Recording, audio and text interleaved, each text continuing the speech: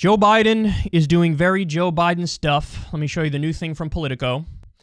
Biden clings to the possibility of a bipartisan infrastructure breakthrough. The president and his team hold out hope for a deal. They also believe voters will reward them for trying. Oh, that is rich. That is rich.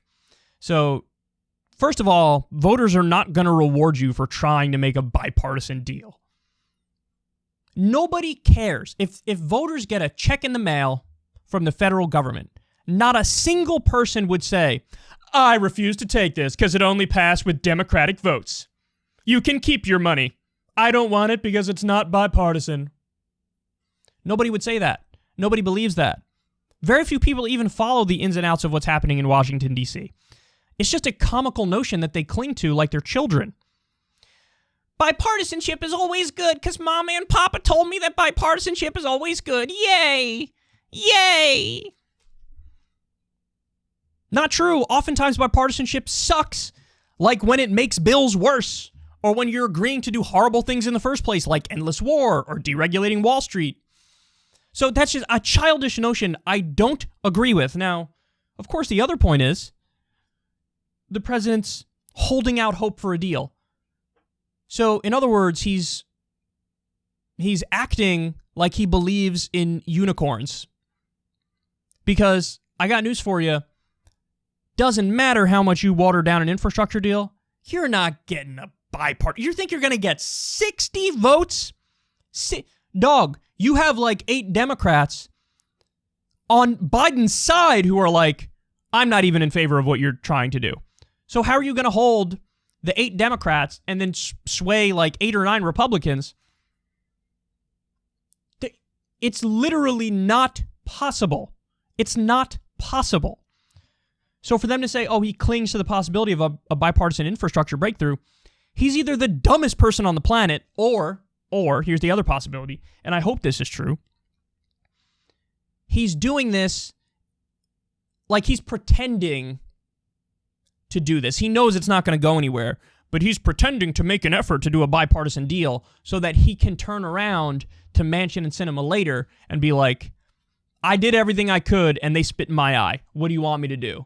So now it's on you. Do you side with me or do you side with the people who wouldn't make a deal even almost completely on their terms? So that's one of the theories that they float in this article. All I have to say is I really, really hope that that's what he's doing, because if that's not what he's doing, it looks like he didn't learn a goddamn thing from the Obama years. Because what did Obama do? All he did was start proposing Republican ideas, and then Republicans turned on their own ideas because Obama was pushing them. Like Obamacare. That's originally a Republican idea. That came from the Heritage Foundation, which is a right-wing think tank. It copies Mitt Romney's plan in Massachusetts. It keeps the for-profit health insurance companies in control. Obama proposed a Republican healthcare reform, and then they abandoned the Republican healthcare reform and said their new position is, we're not going to do anything. Keep everything exactly as it is. That's our idea of reforming the healthcare system. So you're not going to get 60 votes on anything. You could come up with the cure for cancer, and you wouldn't get 60 votes through regular order. You wouldn't do it. You wouldn't do it. So seriously, either Joe Biden has cement where his brain is supposed to be, or he's just putting on a show so that he could turn around to try to get Manchin and Sinema to fall in line. But listen, either way, I'm not optimistic. Because even if he is doing that idea, I don't think he has any idea how to get Manchin and Sinema to fall in line. And that it doesn't even, address the fact that it really isn't just Manchin and Sinema. It's like 8 Democrats who perpetually are against what Biden's trying to push. They view every little thing as too extreme. So what's your plan, Joe, to get... I would totally forget about regular order, because it's... Again, you're not going to get anything through it. So I'd forget about the Republicans completely. They're useless. They're useless. And by the way, the Republican Party in D.C. doesn't even represent Republican voters, who are way more reasonable according to the polls. So what do? Write them off, use the argument that they used previously with the COVID relief package. My bill is bipartisan because the Republican voters are for it, and Mitch McConnell's not representing the Republican voters. Use that argument, and then you have to use the carrot or stick approach with Manchin and Sinema and the 8 Democrats who want to block everything you want to do. You have to call them into your office and say, I'll be your best friend or your worst enemy. It's your decision. Play politics. Let them know. You'll either be rewarded or there will be severe consequences. Ball is in your court, son. But he doesn't know how to do any of this. He's half asleep the entire day. And like I said, they already said we're not going to do anything until August. So what are we doing? He's just wasting time and making it more likely the Democrats don't do well in the midterms and not even doing anything through executive order, which he should be doing stuff through executive orders. So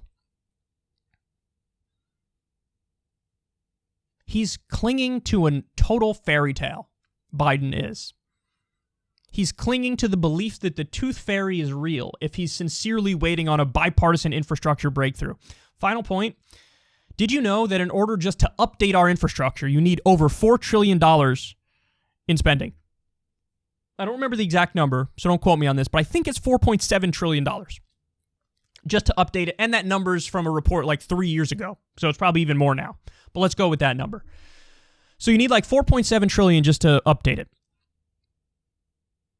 The Republican proposals are less than $1 trillion.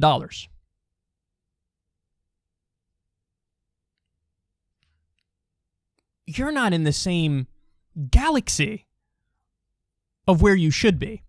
They want to strip it of everything that includes tax hikes on the rich. They want to strip it of everything that involves the climate. They want a comical bill. And you're entertaining them? Listen, what that tells me is that's just where Biden's politics are. Like, he's pretending to be for somewhat more left ideas, but in reality, he's just a moderate Republican, and he sort of agrees with them. Let's do a little bit under $1 trillion and just some tweaks around the edges. Because he would rather say, I did a bipartisan bill, and the bipartisan bill sucks, than actually fight for it, push it through reconciliation, and get a $4 trillion bill or a $5 trillion bill.